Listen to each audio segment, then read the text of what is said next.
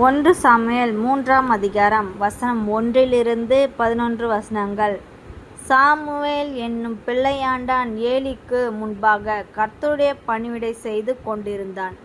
அந்நாளிலே கர்த்தருடைய வசனம் அபூர்வமாயிருந்தது.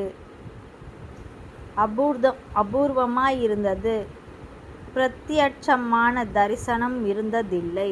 ஒரு நாள் ஏலி தன்னுடைய ஸ்தானத்திலே படுத்து கொண்டிருந்தான்.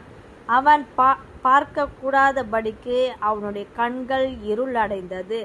தேவனுடைய பெட்டி இருக்கிற கர்த்தருடைய ஆலயத்தில் தேவனுடைய விளக்கு அணைந்து போகும் முன்னே சாமுவேலும் படுத்து கொண்டிருந்தான்.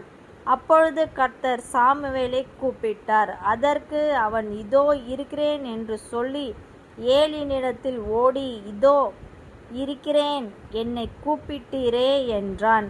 அதற்கு அவன், நான் கூப்பிடவில்லை, திரும்பி போய் படுத்துக்கொள் என்றான். அவன் போய் படுத்துக்கொண்டான். மறுபடியும் கர்த்தர், சாமுவேலே என்று கூப்பிட்டார்.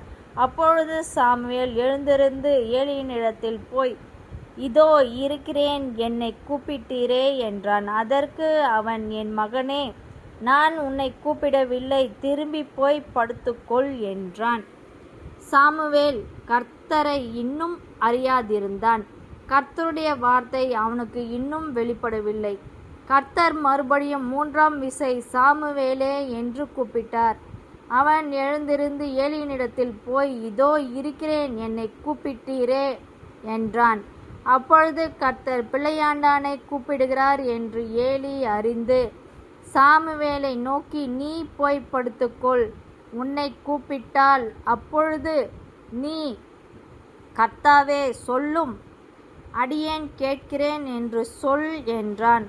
சாமுவேல் போய் தன்னுடைய ஸ்தானத்திலே படுத்து கொண்டான். அப்பொழுது கர்த்தர் வந்து நின்று முன்போல, சாமுவேலே, சாமுவேலே என்று கூப்பிட்டார்.